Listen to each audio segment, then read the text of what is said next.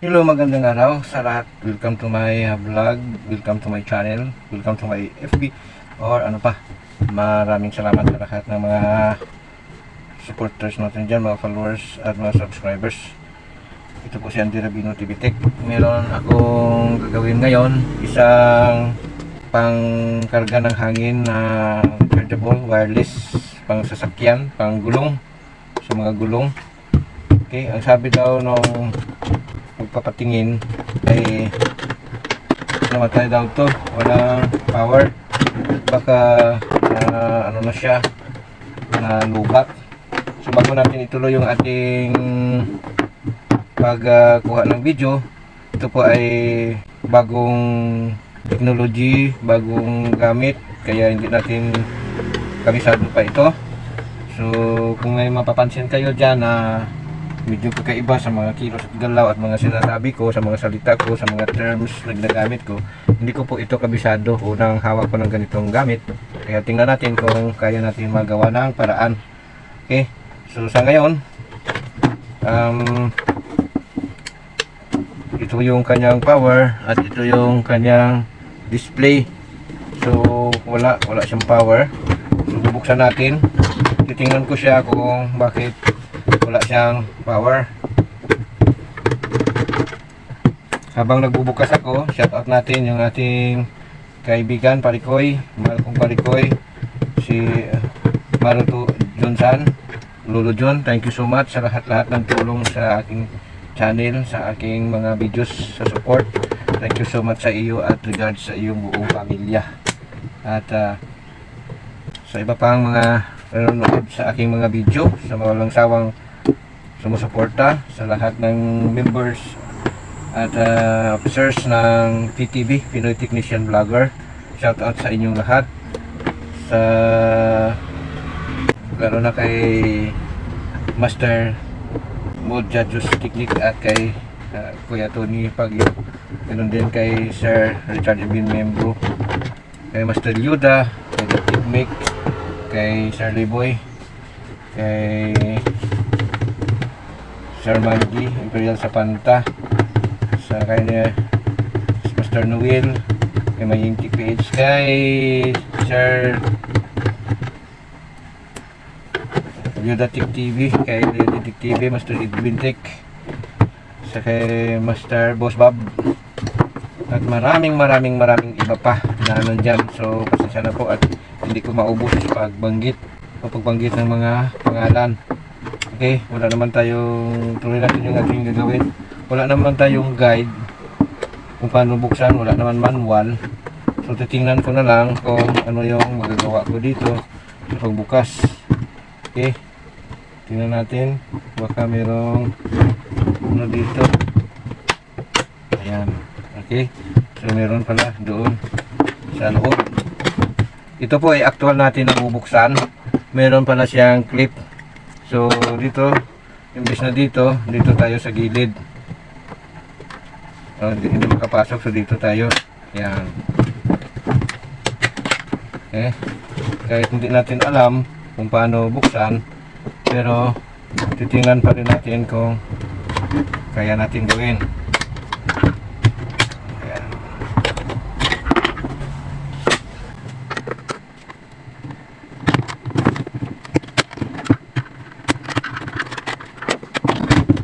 Maliban pala sa kanyang mga screw, ay meron pala siyang clip dito. Ito po yung, wala naman kasing pangalan. Ayan, wala tayong makikita mga labeling dito or nakalagay ng mga pangalan, maliban dito sa CE sticker. So hindi natin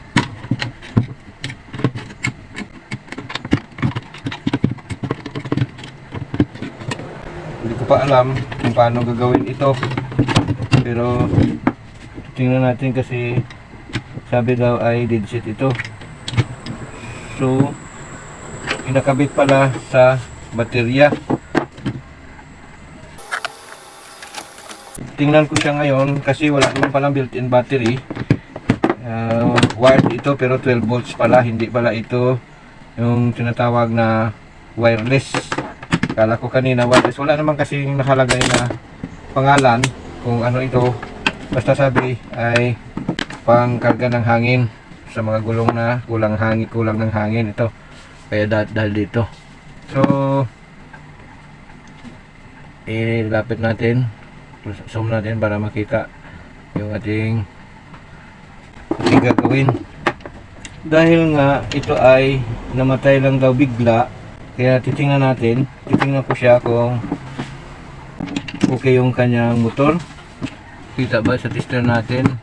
Yung tester ko i-zoom out natin para makita. Yan. Okay, saan ba natin ilagay ang tester dito? Ayan. Ito natin.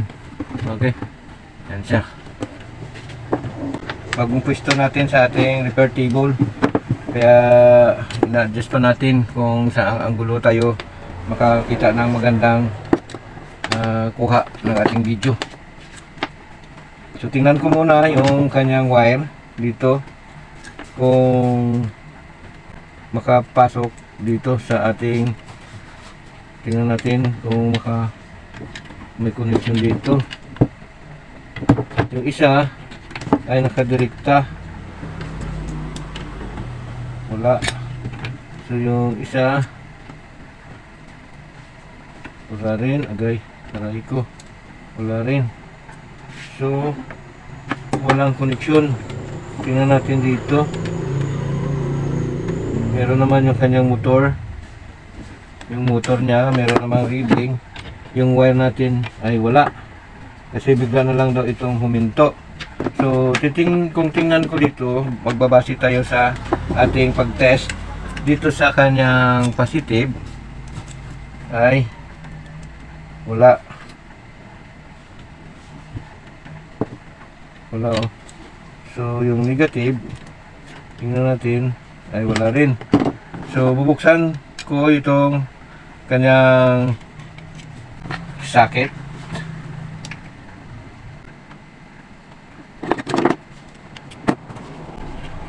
Actual po tayong gumagawa nito. Wala tayong basis, wala tayong manual. So titingnan lang natin kung kaya natin gawin o hindi.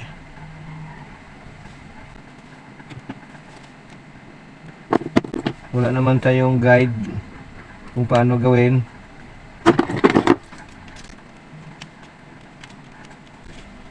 Kung paano buksan. Hindi makita kasi i-zoom out natin. Taas natin yung ating cam para mas malawak yung, kahit maliit pero malawak yung ating maabot ng ating camera. So ito pala ngayon yung linya natin dito. Yan, lagay natin dito. Kita ba? Okay, so ito meron tayong fuse. Putol siya, putol. Ito, lagay natin sa buzzer mode. Tapos check natin, wala. Ibig sabihin, putol yung fuse natin. So, may nakita na tayong idea or dahilan kung bakit biglang namatay ito. Ngayon, yung isang linya pala na tinusok ko ay wala. Okay, parang pasikip lang itong isa. Parang ginawa lang, nilagay lang ito para sumikip.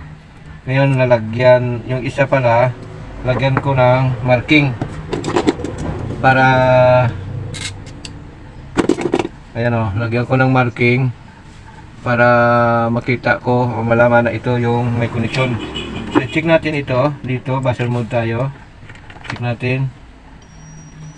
Okay, so dahil dumadaan sa coil ng motor kaya ganyan yung tunog. So ibig sabihin itong isa, ayan siya.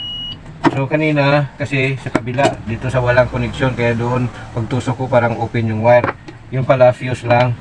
Okay, so ibalik natin ito ang cover. Kasi ang fuse ay pwede naman itusok doon. Kasi may threaded naman, ito may thread. Okay. Ngayon, ibalik ko muna yung kanyang screw para maibalik sa takip o mabuo natin yung lalagyanan ng fuse. Yan. Okay. balik natin ito ang clip. Wala akong kaalam-alam dito kung paano i-dismantle ito, paano i-disassemble. Pero dahil nga sa tayo po ay isang technician, kaya gagawa natin ng paraan. Ngayon titingnan natin yung kanyang fuse, kung ilan, kasi dito natin makikita kung ilang amperes yung fuse ng fuse niya. So hindi ko makikita kasi mahihirapan ako. Tingnan ko muna dito sa aking magnifying glass. Meron tayong 10 amperes na 250 volts. So 10 amperes. Wala akong fuse na 10 amperes. Ang gagawin ko dito, ipapakita ko sa inyo yung aking paraan. Dahil wala akong fuse. So magpapainit muna ako ng aking soldering iron. Yan, plug-in ko na yung soldering iron ko. Habang naghihintay ay maghahanap ako ng wire na magkasing laki ng dito sa loob. Titingnan natin ngayon dito kung gaano kalaki yung wire. Okay, so nakuha na natin yung wire sa loob. Okay, malaking fuse ito. Tingnan natin ngayon sa ating caliper. Gamit tayo ng caliper para matingnan natin kung anong size ng wire.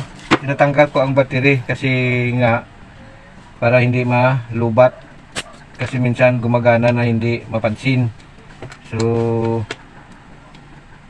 kaya ko tinatanggal yung battery kasi hindi naman masyadong ginagamit. Isi-zero natin, tapos i-check ko yung kanyang, yung nakuha ko na wire doon sa loob ng fuse. Tingnan natin kung ano kalaki ang wire na ito. So meron tayong 0.3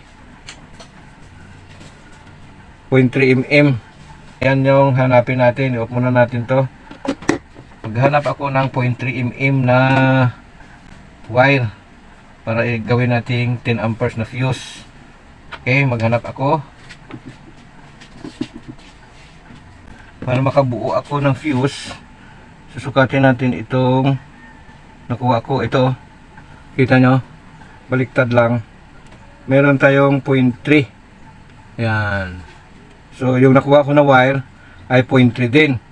So ibig sabihin malaki ring bagay yung meron tayong pangsukat para makakuha tayo ng tamang laki or size ng wire na ating gagamitin sa ating ginagawa. Okay, so naputol pa. Ayan o, walang swerte kasi naputol. So kukuha na lang tayo ulit ng iba. Okay, okay, nakakita na tayo ng 0.3. Ito kasi baliktad yung camera natin. Ayan o, 0.3. yan. So ito yung gagamitin ko na fuse. Huwag muna natin yung caliper para makasave sa baterya. Ngayon meron tayong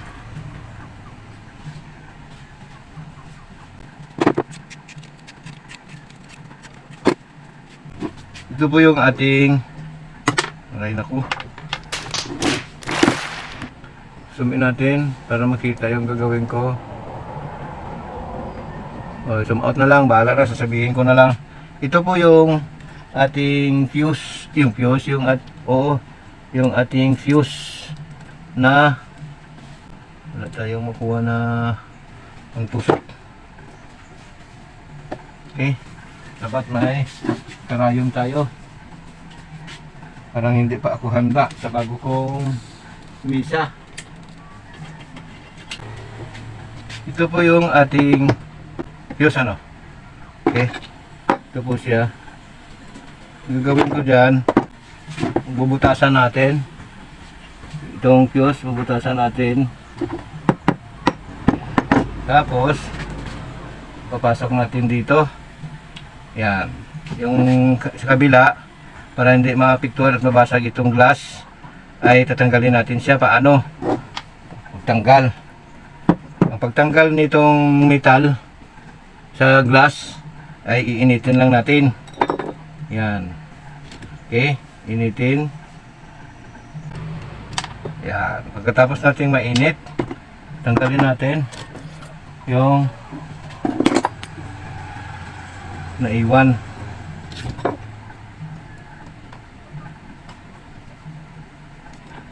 Okay, tanggal na natin. Pagkatapos natin matanggal, bubutasan din natin ito. Kagaya ng ginawa natin sa isa.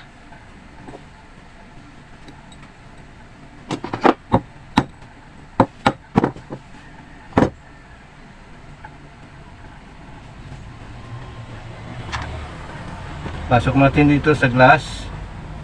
Tapos ipasok natin dito sa butas na ginawa natin.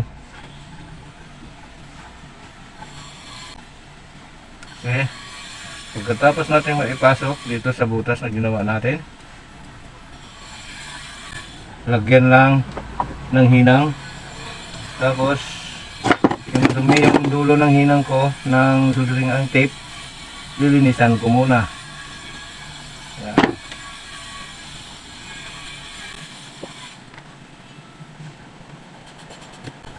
Bakit ko ito ginagawa? Una, malayo tayo sa bayan, gagastos tayo ng pamasahe, bibili tayo ng 5 piso na fuse, 70 yung pamasahe, balikan, tapos oras pa para mag bili. So ito na lang ang ginagawa ko na mabilis na paraan, at hindi naman ito mali kasi same size din yung ginagamit ko na wire para matapatan ang dating wire na ginamit nila.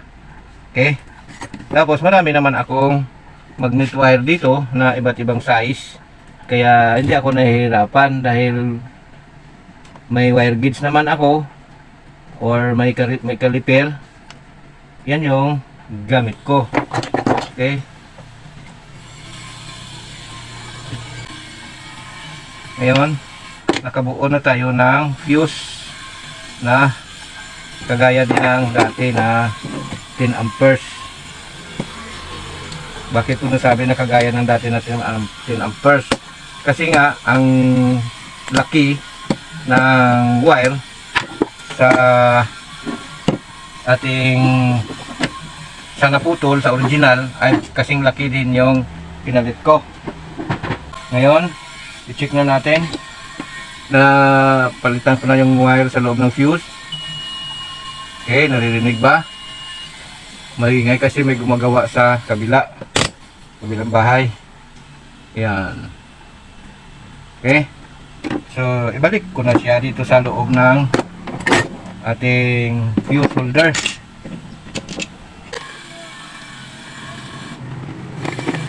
Yung kanyang cigarette lighter jack ay meron din palang fuse sa loob. Kaya ito yung, sinsa na kayo at maingay, may nag-grinder sa kabilang bahay. Ngayon may tanda ako kanina dito ko ngayon siya ilagay, at dito yan o, meron ng reading. Kita ba? Yan o, meron na siyang reading. Ayan o, kanina wala.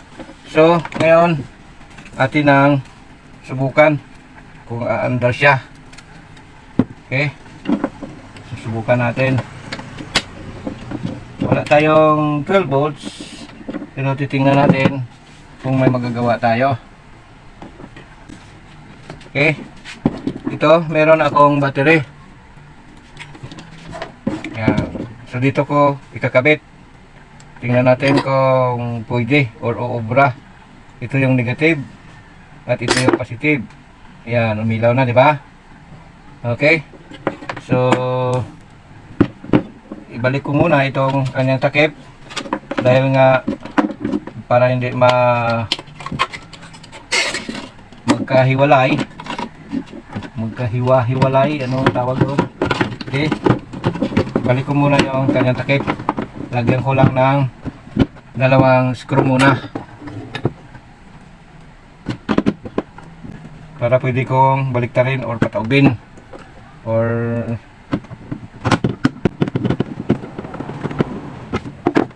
kung kabisado ko ito, hindi na pala kailangan ng buksan dahil pwede naman tingnan dito, hindi na buksan. Pero sa pagbukas natin, mayroon tayong purpose din para makita kung anong laman sa loob. Kaya yung pala, hindi ko pala naipakita, no? Or hindi ko pala na-review. So buksan natin muna uli para ipakita kung or isasabihin natin kung ano yung laman nito. Hindi naman tayo nagbibinta, hindi naman tayo sponsored, pero kailangan natin maipakita kung anong nilalaman. Okay, buksan natin ulit. Ito po yung kanyang electronics digital na board. Ito, tapos ito yung kanyang button. May control din siya na 3. Iwan ko lang kung para sa ano ang control na ito, hindi ko pa alam. Meron siyang main switch. At ito yung kanyang motor na meron siyang gear na nagpa-pump. Kasi ito yung umiikot para gumalaw itong pump. Okay, so ito lang yung kanyang motor. Ito lang yung kanyang laman. Okay.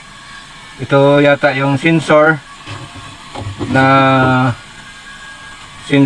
circuit para kung puno na yung hangin na or ito siguro yung magbabasa ng gauge ng hangin kung ilan ang laman na hangin sa gulong. Ito kasi electronics din papunta dito sa kanyang display. So yan lang yung kanyang laman. Pasensya na ulit dahil hindi ko kabisado, kaya hindi rin natin masiguro kung tama yung mga sinasabi ko dito. Basta ako repair lang at may kunting idea sa mga ganitong bagay. Ako po ay isang electronics technician or electronics repairman. Okay, kasi yung course ko ay electronics serviceman for Region TV Receiver. Dalawa lang muna, titingnan natin. Ito yung kanyang clip.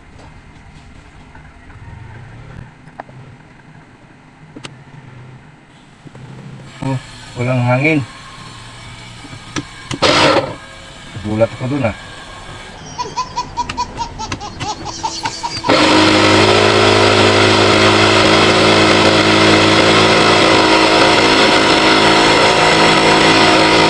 Malakas din pala. Okay, so napagana na natin at gamit yung ating battery. So